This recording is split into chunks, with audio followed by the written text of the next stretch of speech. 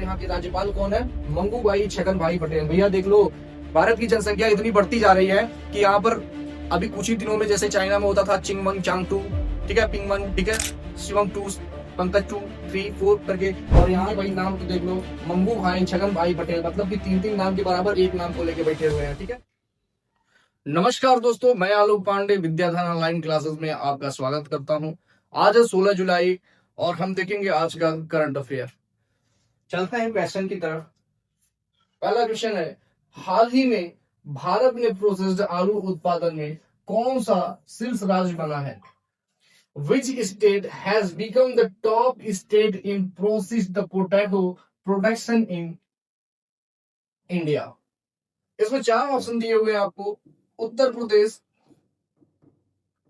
Uttar Pradesh, Bihar, waste Bengal, पश्चिम बंगाल और गुजरात। तो सबसे पहले हम बात करते हैं क्या होता है, क्या होता है प्रोसेस्ड आलू। मैं बताऊं, जब कभी कच्चे आलू को औद्योगिक विधि द्वारा एक नया उत्पाद बनाया जाता है तो उसे हम बोलते हैं प्रोसेस्ड आलू, ठीक है, या प्रोसेस्ड पोटैटो। अगर हम बात करें क्या उत्पादन हो सकती है, तो जैसे क्या होता है, ये चिप्स है, ये क्या है, चिप्स है, आलू चिप्स है, आलू चिप्स है। आशा करते हैं कि आपको अच्छे तरीके से ये कलर दिखाई दे रहा होगा। आलू चिप्स है, ये आपको क्या है, पोटैटो फिंगर है, पोटैटो फिंगर है, फिंगर है, ये आपका आलू फ्लैक्स है, फ्लैक्स है, ठीक है, आलू पाउडर है। ये सब उत्पाद जो है औद्योगिक विधियों द्वारा बनाए जाते हैं। अगर ये उत्पाद बनाने का मुख्य कारण क्या रहता है, तो जो मुख्य कारण होता है वो लंबे समय तक आलू को स्टोर किया जा सके। क्या किया जा सके? स्टोर किया जा सके। किसके रूप में? उत्पादों के रूप में स्टोर किया जा सके, जिससे कि किसानों को उचित मूल्य पर आलू बेचना पड़े और किसानों की आमदनी क्या हो, इंक्रीज हो। इंडस्ट्रियल डेवलपमेंट के लिए भी ये हम लोग पोटैटो का भी बिजनेस करते हैं कि जहां पे पोटैटो अगर ज्यादा मात्रा में आते हैं तो उसको स्टोर करके वहां औद्योगिक क्रांति के द्वारा आलू से नए नए उत्पाद बनाएं। तो अ, इस कार्य में जो हमारा गुजरात है वो टॉप पे आया हुआ है, ठीक है।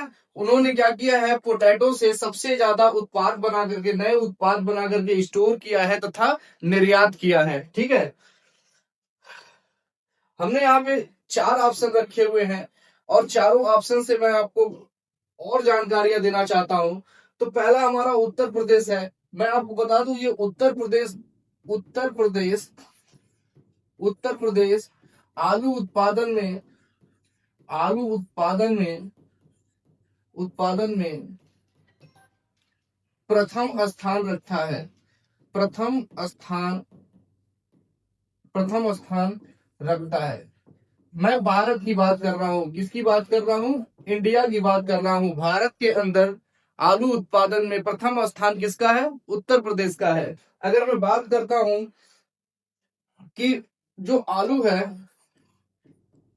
आलू शोध संस्थान, शोध संस्थान, संस्थान, हम यहाँ केंद्रीय जोड़ लेते हैं, केंद्रीय आलू शोध संस्थान जहां पे है, सेंट्रल पोटैटो, CIPRI, सिप्री, ठीक है। ये जो है कहां पे है? शिमला में है। कहां पे है? शिमला में है। और शिमला कहां पे है? हिमाचल प्रदेश में है। कहां पे है? हिमाचल प्रदेश में है। कहां पर है? हिमाचल प्रदेश में है। कमेंट करके आप बताएंगे जो ये पोटैटो शोध संस्थान है या कहें केंद्रीय आलू शोध संस्थान है, उसका जो है स्थापना कब हुआ था। अगर आपको स्क्रीनशॉट लेना है तो आप स्क्रीनशॉट इसका ले सकते हैं।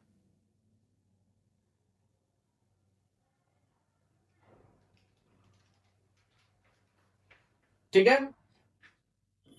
देखिए सिट्टू भैया ने कमेंट करके सबसे पहले बताया, कोई सिट्टू भैया यहाँ दिखाई दे रहे हैं स्क्रीन पे, और इन्होंने कमेंट करके बताया है कि 1949 सही जवाब है। 1949 में 1949 में जो है केंद्रीय आलू शोध संस्थान की जो है स्थापना कहाँ हुई थी? शिमला में हुई थी। कहाँ पे हुई थी? शिमला में हुई थी। इसको मैं इरेज कर रहा हूं अभी।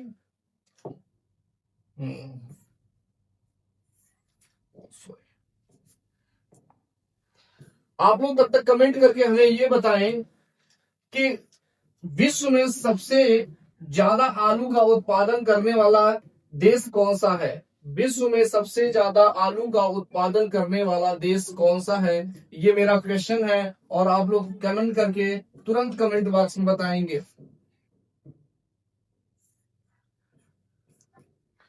तो मैं बताऊं आपको, आप लोगों की कमेंट बहुत कम आ रहे हैं और बहुत कम ही शो कर रहे हैं यहाँ पे। जो आलू है विश्व में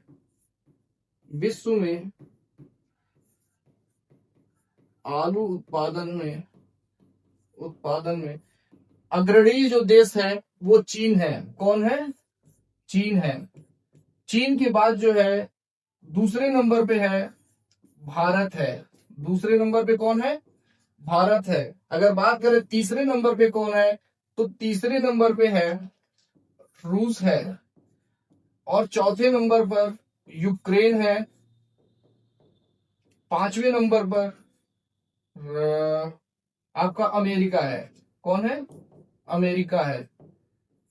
वैसे ही ये तो हमने क्या बताया कि विश्व पटल पर जो है आलू का उत्पादन कौन सा देश ज्यादा कर रहा है। अगर हम भारत के अंदर देखें तो पहले स्थान पर है उत्तर प्रदेश, जो लगभग 1.58 करोड़ टन जो है पर साल जो है ये उत्पादन करता है आलू का। अगर हम बात करते हैं बिहार का, तो बिहार भी पीछे नहीं है, लगभग 1.20 CR टन जो है पर ईयर जो है आलू का उत्पादन करता है। और नंबर तीन पर है पश्चिम बंगाल। पश्चिम बंगाल भी 0.96 CR जो है आलू का उत्पादन करता है पर टन पर ईयर। ठीक है। और चौथे स्थान पे आ जाता है हमारा गुजरात, जो गुजरात भी क्या है लगभग 75 लाख टन के करीब में आलू का उत्पादन करता है। लेकिन अगर हम बात करें प्रोसेस्ड आलू से जो उत्पादन करने वाला जो पहला राज्य है या फिर अग्रणी राज्य है, उसका ऑप्शन क्या होगा? गुजरात होगा। आलू की मैं बात करूं, आलू से बनने वाले जो प्रोडक्ट होते हैं, जैसे कि हमारे चिप्स बनते हैं, तो उसमें एक गैस भरी जाती है। चिप्स के पैकेट में। वो कौन सी गैस भरी जाती है? उस गैस का नाम है नाइट्रोजन। कौन सी गैस भरी जाती है? नाइट्रोजन गैस भरी जाती है। एक चीज और मैं आपको बता दूं, जो वायुयान का टायर होता है, वायुयान का जो टायर होता है, उसमें भी कौन सी गैस भरी जाती है? नाइट्रोजन। कौन सी गैस भरी जाती है? नाइट्रोजन गैस भरी जाती है। एक बात और मैं बता दूं, जो हमारा ये आलू है, उसमें आलू में लगने वाले इस फंगस को, ये फंगस क्यों लगते हैं पहले आप हमें कमेंट करके जरूर बताइएगा, और 100 शब्दों में नहीं, कम से कम 150 शब्दों में। ठीक है।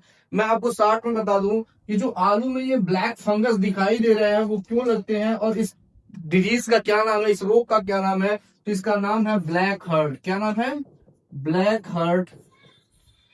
इस रोग का क्या नाम है? Black heart. ये क्यों रोग लगता है मैं आपको बता दूं, जब ऑक्सीजन की कमी हो जाती है कहीं पे स्टोर में करने की समय, तो वहां पर क्या होता है, ऑक्सीजन के कमी के कारण जो है उनके आलू के उत्तक मरने लगते हैं, और यही उत्तक जो है मर के काले हो जाते हैं, जिसका नाम क्या रखा जाता है? ब्लैक हार्ट रखा जाता है। क्या रखा जाता है? Black heart. ये बहुत ही इंपॉर्टेंट क्वेश्चन है आप लोगों के एग्जाम के पॉइंट ऑफ व्यू से। आप अगर स्क्रीनशॉट लेना चाहते हैं तो स्क्रीनशॉट ले सकते हैं।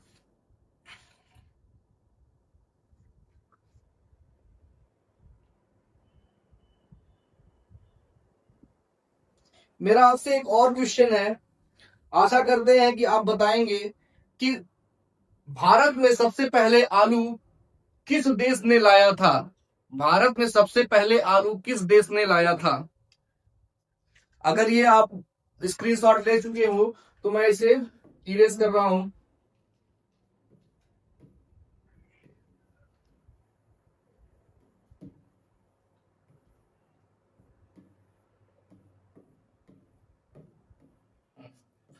तो मैं बताऊं आपको, जो भारत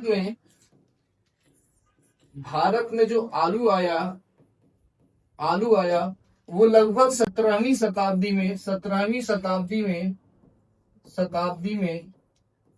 में पुर्तगालियों ने लाया था।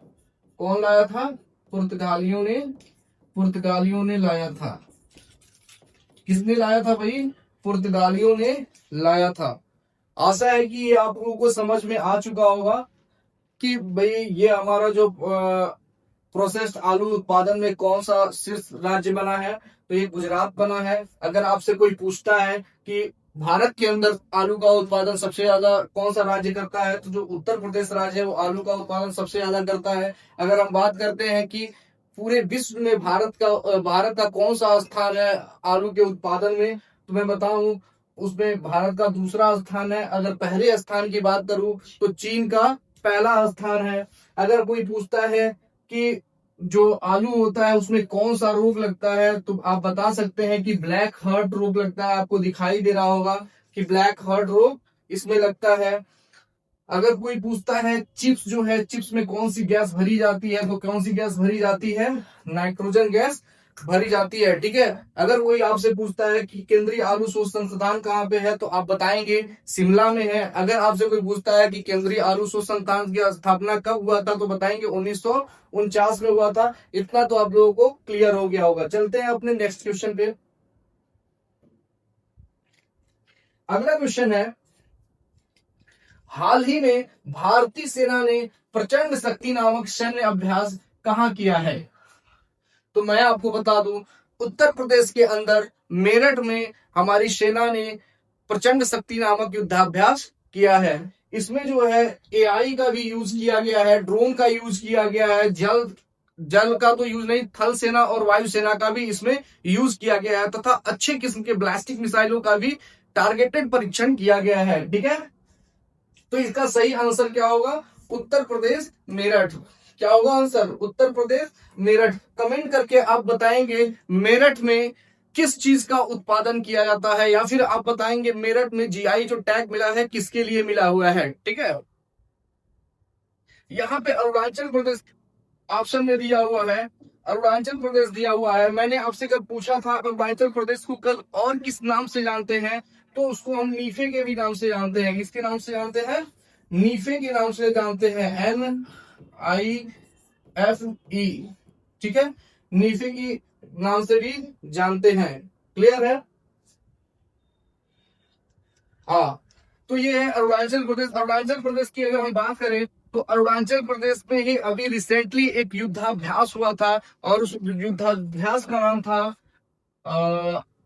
उसका नाम था प्रचंड प्रहार। क्या नाम था? प्रचंड प्रहार।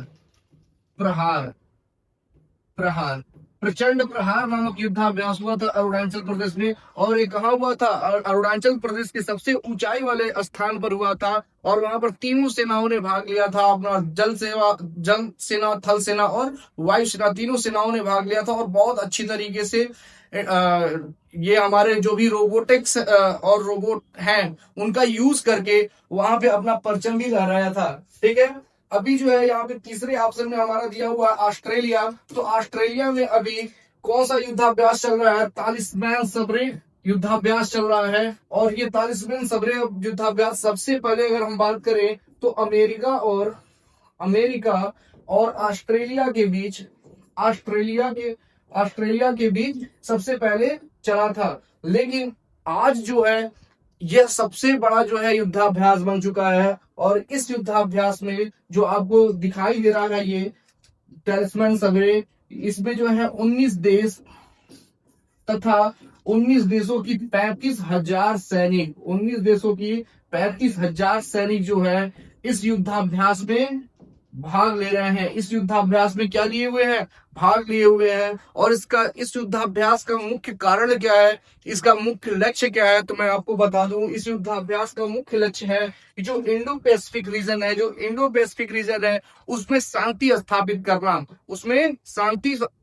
करना, ये इसका लक्ष्य है, और अच्छे तरीके से मुक्त व्यापार करते रहना।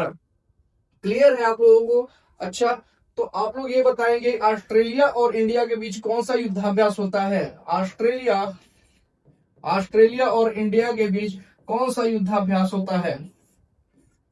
ठीक है, ये आप लोग कमेंट करके बताएंगे।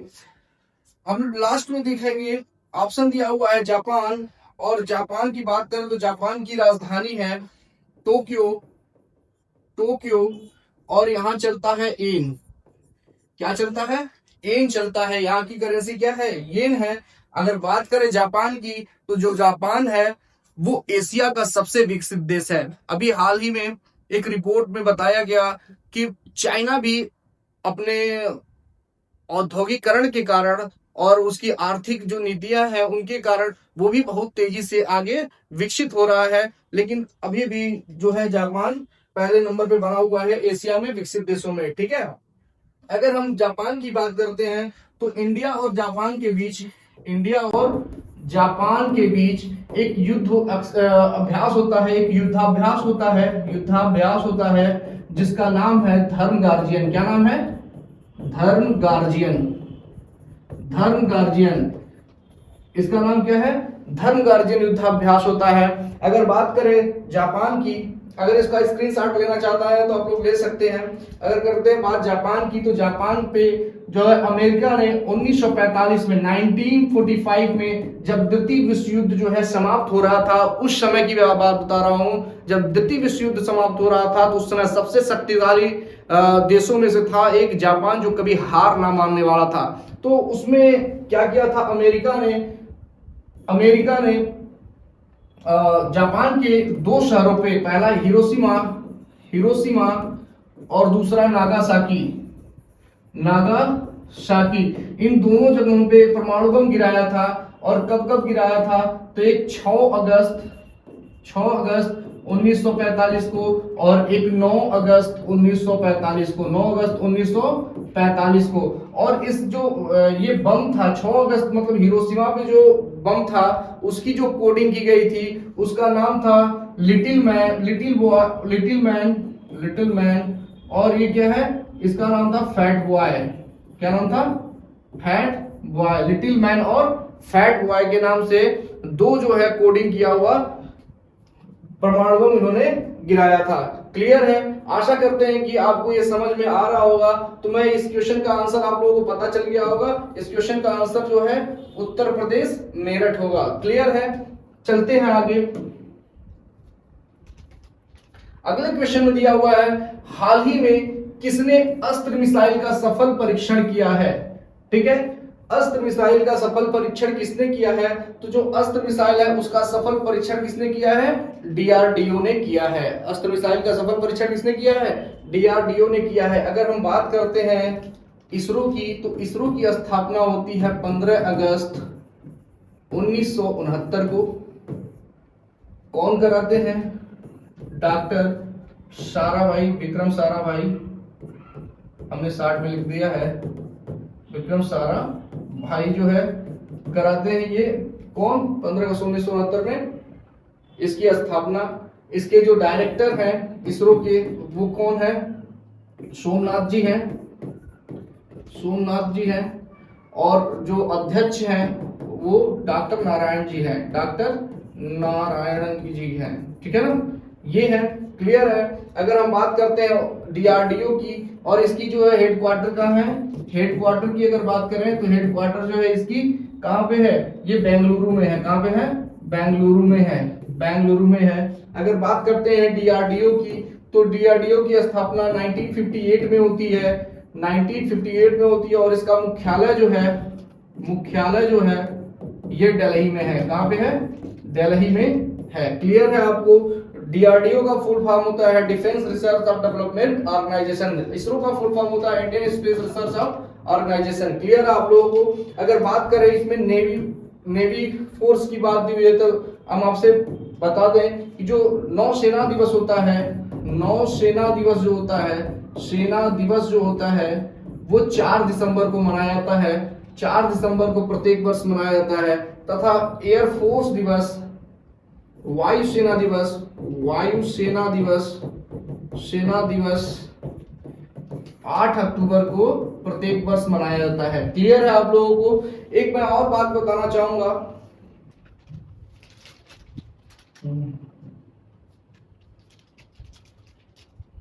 यहां आपको ये दिखाया हुआ है डिफेंस रिसर्च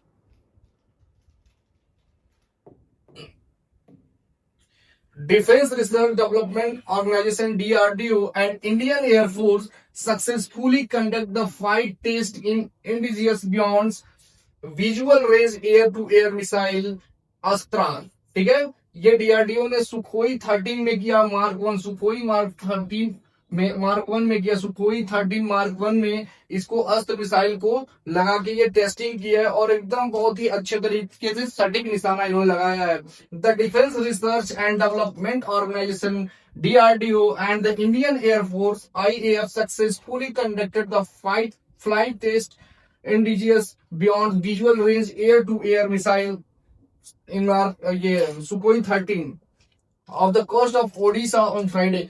ये दिखा रहा है कि ओडिशा में ये जुलाई 11 को ही टेस्ट अच्छे तरीके से कर लिया गया था। चलते हैं नेक्स्ट क्वेश्चन पे। अगला क्वेश्चन है, भारत के किस राज्य में सबसे बड़ी जंगल सफारी बनने की घोषणा हुई है? भारत के किस राज्य में सबसे बड़ी जंगल सफारी बनने की घोषणा हुई है? In which state of the India has the biggest jungle safari been announced? ठीक है, क्लियर है? तो मैं यहाँ पे पहला ऑप्शन दिया है उत्तर प्रदेश, मैंने इसलिए रखा है कि यहाँ पर भी लखनऊ के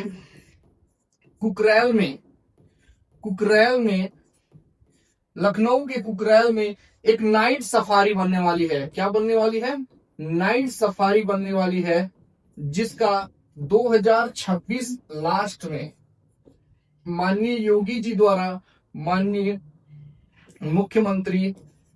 मुख्यमंत्री योगी आदित्यनाथ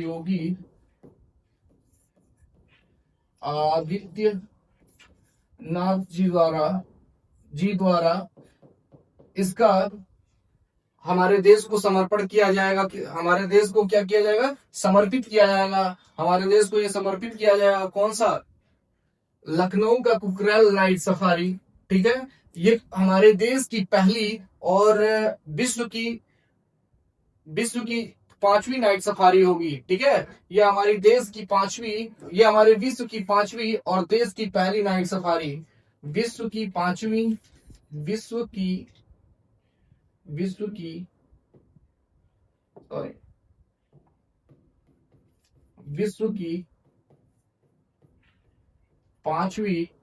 तथा भारत की पहली नाइट सफारी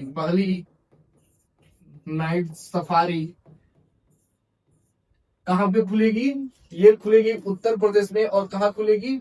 लखनऊ के कुकरेल में। उसका जमीन का आवंटन भी हो गया, लगभग 8,000 करोड़ का प्रोजेक्ट है और ये 820 एकड़ के लगभग जमीन में फैला हुआ है। अगर बात करते हैं लद्दाख की, तो लद्दाख में क्या है?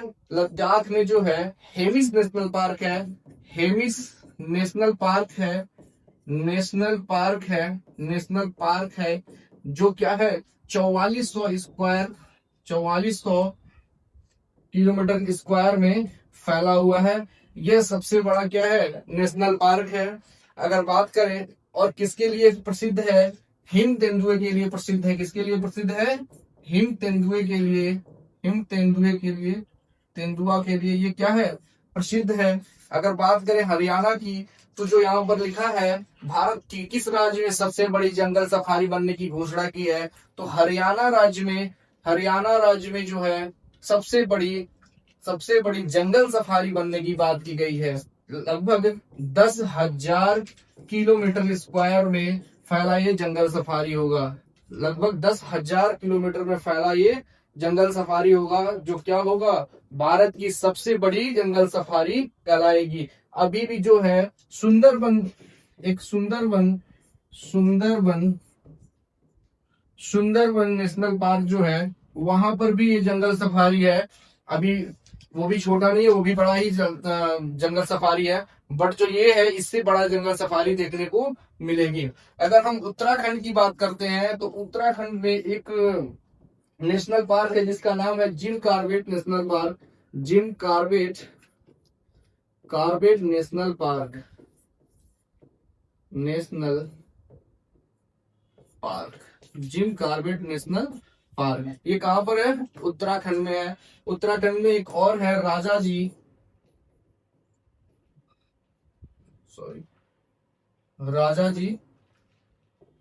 वन्यजीव अभ्यारण्य, राजाजी वन्यजीव अभ्यारण्य। ये भी कहाँ मिलेगा आपको? उत्तराखंड में देखने को मिलेगा। तो इसका राइट आंसर क्या हो जाएगा? हरियाणा हो जाएगा। क्लियर है आप लोगों को? अगला क्वेश्चन है, दुनिया की पहली और पारंपरिक ज्ञान डिजिटल लाइब्रेरी किसके द्वारा लॉन्च की गई है? दुनिया की पहली पारंपरिक ज्ञान डिजिटल लाइब्रेरी किसके द्वारा लॉन्च की गई है? The world's first traditional knowledge digital library has been launched by whom? किसके द्वारा ये लॉन्च की गई है? क्लियर है? तो इसमें आपको 4 ऑप्शन मिल रहे हैं। एक है रूस, दूसरा है हमारा प्यारा भारत, तीसरा है अमेरिका और चौथा है नापाक इरादों वाला पाकिस्तान। नापाक इरादों